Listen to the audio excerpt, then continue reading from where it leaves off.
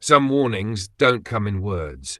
I've always had a feeling, something lingering at the edges of my mind. It wasn't paranoia, it was an awareness.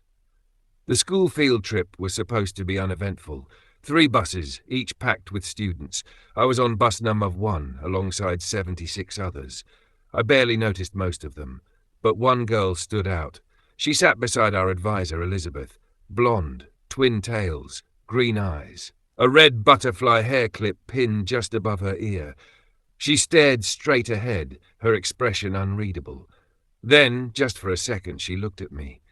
Her eyes held something urgent, the kind of look you give someone when you know something they don't.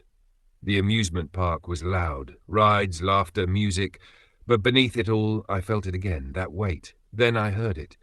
A lullaby, soft, faint. It was barely noticeable, lost in the noise of the park. But as I wandered toward the old roller coaster, it grew clearer. The ride looked ancient, faded paint, rusted metal. It shouldn't have still been running. Then I saw her, the blonde girl. She stood beside the ride. No one walked too close to her, not on purpose, just instinctively. Her expression had changed, wide eyes, pure terror. She opened her mouth. Her voice came in short, ragged bursts. "Help!" A scream cut through the air, not from her, not from the crowd, but from somewhere deeper. The kind of scream that made people stop. Heads turned. Conversations broke off. Then, like a wave, they started backing away. A deep groan echoed from the structure, a low, sickening creak. The ride moved, just slightly. A hesitant lurch forward, then a jerk, as if something unseen was pulling it in different directions. Another groan, a metallic snap. It wasn't collapsing, not yet, but it was failing.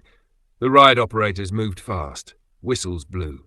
Employees rushed in, guiding people away as the sound intensified. Another snap. Then silence. The structure trembled, then settled like an animal wounded but still breathing. The area was cordoned off. No one was hurt.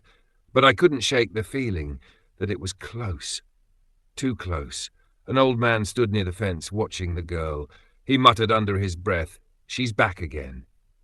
I turned to look at her, but she was gone, and yet the lullaby remained. "All right, listen up!"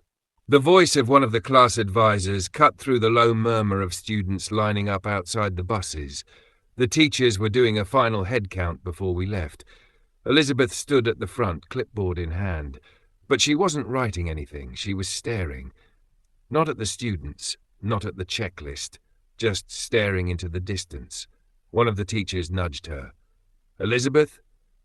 She blinked, shook her head slightly, and cleared her throat. "Right. Roll call. Let's begin." Her voice was off, distant. Something felt wrong. Then I noticed a stray dog wandering near the group. It trotted toward Elizabeth, then froze. Its ears flattened. A low whimper escaped its throat. Then, suddenly, it turned and bolted in the opposite direction. The air felt colder. A gust of wind swept through the lot. The clipboard slipped from Elizabeth's fingers, papers scattering across the pavement. Then it happened. A truck. Speeding. Too fast. Headed right for us. Time slowed. The headlights grew brighter. The world shrank to that moment. A breath held too long. A whisper. My name. Elizabeth didn't see it. She was still lost in thought. The blonde girl pointed, her face pale, frantic. No one else seemed to see her. I moved before I could think. "Elizabeth, move!" I grabbed her arm and yanked her back just as the truck roared past. The impact rattled the air, shaking the ground beneath us. Wind rushed in, cold and sharp. Then silence. A heavy, suffocating silence. Elizabeth's breathing was uneven. You saw her, didn't you?" I nodded. Her voice broke. "What did she look like?" I told her every detail. The blonde twin tails, the green eyes, the urgency in her expression, and the red butterfly hair clip. Tears welled in Elizabeth's eyes, but there was something else there too, guilt. A sorrow so deep it made her hands shake. "That's my sister." I froze. "She died years ago," she whispered. "She saved me, pushed me out of the way of a car." Her voice cracked. "She should have lived, not me." Her fingers slipped into her pocket, brushing against something. She pulled it out, a locket, faded gold, worn from years of being held too tightly. "She gave me this," she said, voice barely above a whisper. "She told me to keep it forever." She turned it over, her thumb tracing the back. A red butterfly was carved into the metal. Her grip trembled. I never stopped missing her. When I turned back, the blonde girl was gone.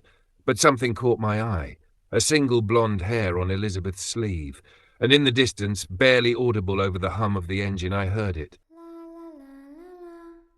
That night, Elizabeth sent me a message. No words, just a picture. A faded Polaroid of her and her sister, standing side by side, matching butterfly clips in their hair, and below it, a note. "She will always watch over me."